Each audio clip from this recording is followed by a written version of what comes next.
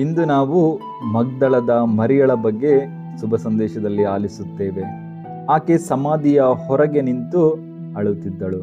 ತನ್ನ ಮನೆಯಲ್ಲ, ದೂರದಲ್ಲೆಲ್ಲೂ ಅಲ್ಲ, ನೋವು ಮತ್ತು ಸಾವಿನ ಸ್ಥಳದಲ್ಲೇ ಆಕೆ ನಿಂತಿದ್ದಳು. ಇತರರು ಹಿಂದಿರುಗಿ ಹೋದಾಗ ಮರಿಯಳು ಅಲ್ಲೇ ಉಳಿದಳು. ಆಕೆಯ ಕಣ್ಣೀರು ಬರೀ ಒಂದು ಭಾವನೆಯಾಗಿರಲಿಲ್ಲ, ಅದು ಆಕೆಯ ಅಚಲ ಪ್ರೀತಿ ಮತ್ತು ನಂಬಿಕೆಯಾಗಿತ್ತು.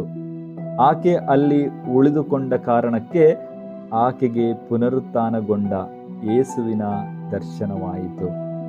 ನಾವು ನೆನಪಿನಲ್ಲಿಡಬೇಕಾದಂತಹ ಕೆಲವು ಅಂಶಗಳು ಇಲ್ಲಿವೆ.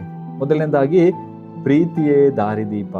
ಜ್ಞಾನಿಗಳಿಗಲ್ಲ, ಬಲಿಷ್ಠರಿಗಲ್ಲ, ಬದಲಾಗಿ ಆಳವಾಗಿ ಪ್ರೀತಿಸಿ ಅಲ್ಲಿಯೇ ಉಳಿದುಕೊಂಡವಳಿಗೆ ದೇವರು ಮೊದಲು ಕಾಣಿಸಿಕೊಂಡರು. ಎರಡನೇದು, ದೂರ ನಿಲ್ಲುವುದು ಬೇಡ. ನಾವು ಪ್ರಾರ್ಥಿಸುತ್ತೇವೆ, ಆದರೆ ನೋವಿನಿಂದ ದೂರ ನಿಲ್ಲುತ್ತೇವೆ. ಮರಿಯಳು ಕಲಿಸುವ ಪಾಠವೇನೆಂದರೆ, ಕೇವಲ ಅಳಬೇಡಿ, ಆತನನ್ನು ಹುಡುಕಿ ಸ್ಥಿರವಾಗಿರಿ. ಎಲ್ಲರೂ ಕೈಬಿಟ್ಟು ಹೋದಾಗ ನೀವು ಆತನ ಸನ್ನಿಧಿಯಲ್ಲಿ ನಿಂತರೆ ಆತನು ನಿಮ್ಮ ಹೆಸರನ್ನು ಕರೆಯುತ್ತಾನೆ. ಕತ್ತಲೆಯಲ್ಲಿಯೂ ಆತನನ್ನು ಬಿಡದವರಿಗೆ ಕರ್ತನು ಖಂಡಿತವಾಗಿ ತನ್ನನ್ನು ಪ್ರಕಟಗೊಳಿಸುತ್ತಾನೆ. ನಿಮ್ಮ ಕಣ್ಣೀರು ವ್ಯರ್ಥವಾಗುವುದಿಲ್ಲ, ಅದು ನಿಮ್ಮನ್ನು ಜೀವಂತ ದೇವರ ಬಳಿಗೆ ನಡೆಸುತ್ತದೆ.